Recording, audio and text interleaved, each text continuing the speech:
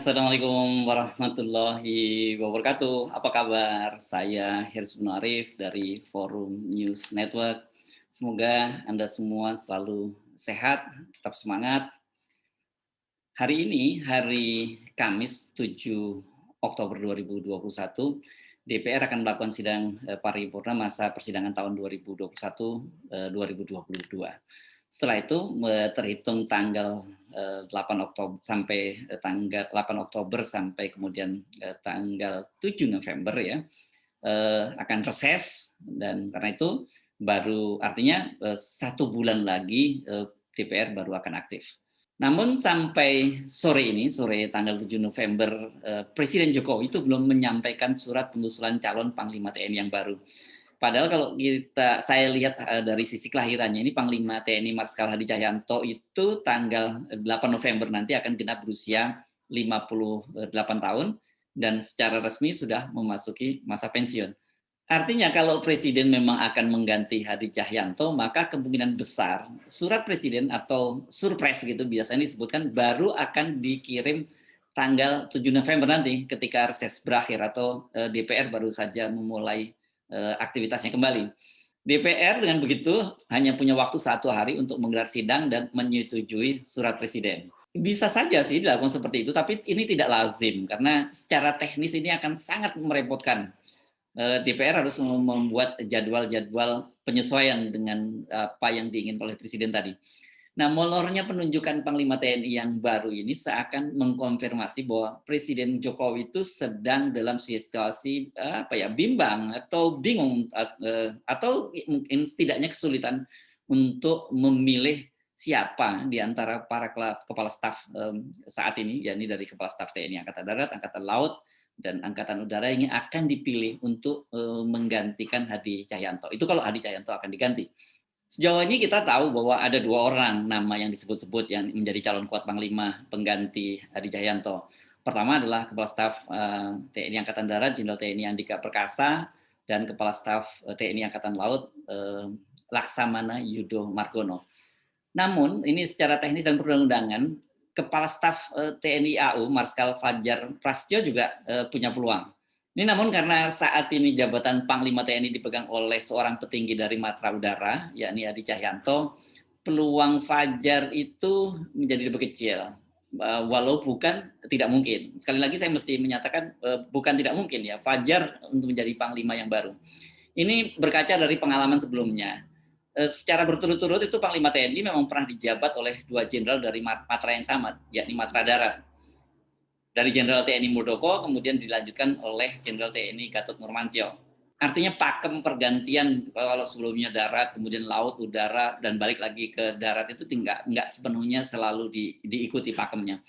Nah, kasus Muldoko dan Gatot ini yang kita juga mendapati fakta bahwa belum dikirimnya nama calon Panglima TNI oleh Jokowi ini merupakan hal yang tidak lazim pula. Saat Muldoko memasuki masa pensiun pada tanggal 7 Juli tahun 2015, Jokowi itu sudah mengajukan nama Gatot Nurmantio sebagai calon tunggal pada tanggal 9 Juni 2015. Atau sebulan kurang 2 hari ya dari masa pensiun dari Muldoko. Jadi harusnya kalau toh Presiden juga mau mengajukan calon pengganti dari Hadi Cahyanto itu hari-hari ini tanggal 7 karena seperti saya sebut tadi secara teknis akan segera ada reses dan nggak mungkin kalau dalam 1 hari, bukan tidak mungkin, rasanya agak aneh kalau hanya dalam 1 hari menjelang pensiunnya seorang Panglima TNI kemudian diajukan nama penggantinya.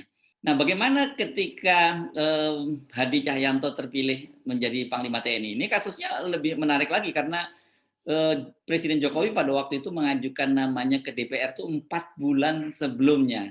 Gatot ini kelahiran tanggal 13 Maret tahun 1960 dan dia akan pensiun normal tuh, dia pensiun normal bukan akan ya, dia pensiun normal itu tanggal 1 April 2018. Namun Jokowi ternyata sudah mengirimkan surat pencalonan Hadi Cahyanto sebagai Panglima TNI itu pada tanggal 4 Desember 2017. Jadi masih ada waktu 4 bulan. Kemudian pada tanggal 7 Desember atau 3 hari setelah itu, 7 Desember 2017, pengajuan nama Hadi sebagai Panglima TNI setuju DPR dan pada tanggal 8 Desember 2017 Hadi dilantik sebagai Panglima TNI oleh Jokowi. Saat Panglima TNI atau Hadi dilantik menjadi Panglima TNI itu, Gatot Nurmantio itu belum pensiun. Jadi dia menjadi, jenderal, non-job, itu jenderal bintang 4 non-job itu 4 bulan sebelum, masa pensiunnya. Kala itu pergantian, Gatot memang diwarnai dengan berbagai isu-isu dan intrik politik. Ini dikaitkan dengan aksi, bela Islam 212 dan yang, belakangan itu diakui oleh Gatot itu yakni gencarnya Gatot memerintahkan nonton bareng film G30 SPKI di kantor-kantor atau di kantor-kantor di markas-markas, TNI. Belum lama ini kan, tahun lalu saya kira, Gatot mengakui bahwa ketika dia memerintahkan nonton bareng film G30 SPKI itu dia sudah diingatkan oleh seorang sahabatnya di, PDIP bahwa kalau dia terus ngotot semacam itu maka dia akan diganti.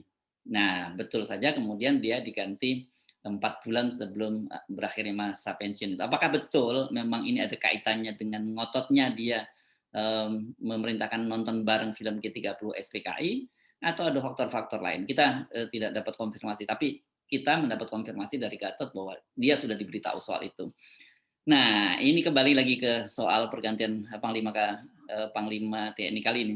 Sampai hari ini, ketika besok ya DPR memasuki masa reses sampai sebulan ke depan, nama calon Panglima TNI itu belum diajukan. Artinya kemungkinan besar Presiden akan mengajukan kembali pada tanggal 8 November. Saya kurang pasti tanggal 7 atau tanggal 8 November ini, DPR mulai kembali, dibuka persidangannya. Karena kalau tanggal 8 November itu betul-betul bersamaan dengan masa pensiun dari Hadi.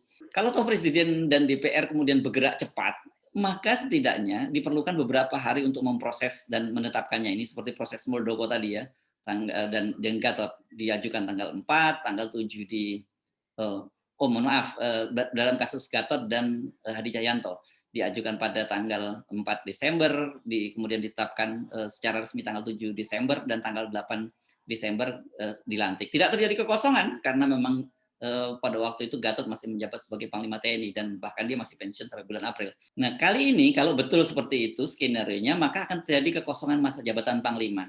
Jadi opsi yang paling mungkin apa? Ya Presiden memperpanjang masa jabatan dari Hadi Cahyanto. Bisa hanya beberapa hari atau beberapa bulan kalau memang Presiden memutuskan untuk mengganti Hadi Cahyanto. Namun secara peraturan perundang-undangan Jokowi juga bisa memperpanjang masa jabatan Hadi. Praktik semacam ini pernah terjadi pada era SBY, yaitu saat itu SBY memperpanjang masa jabatan Panglima TNI. Saat itu dijabat oleh Jenderal TNI Endriartono Sutarto, itu dia diperpanjang sampai 2 tahun. Padahal saat itu Presiden Megawati yang digantikan oleh SBY itu telah mengajukan Kepala Staf Angkatan Darat Jenderal TNI Ria Kudus sebagai Panglima TNI. Pencalonan Ria Mizat ke DPR kemudian ditarik oleh Presiden SBY dan setelah itu Ria Mizat masuk masa pensiun dan SBY kemudian memilih Kepala Staf TNI Angkatan Udara Marskal Joko Suyanto. Joko Suyanto kemudian menggantikan Endriartono Sutarto dan dengan begitu terjadi perpindahan dari matra pimpinan TNI dari matra darat ke matra udara. Jadi berlangsung rotasi lagi. Nah, kalau Presiden Jokowi memilih opsi memperpanjang masa jabatan Hadi Cahyanto, ini maka peluang Kepala Staf TNI Angkatan Darat Jenderal Andika akan tertutup sebab dia akan pensiun tahun depan. Andika itu lahir tanggal 21 Desember 1964. Jadi kalau toh dia terpilih juga menjadi Panglima TNI, maka sebenarnya masa jabatannya juga sangat pendek, hanya 1 tahun saja.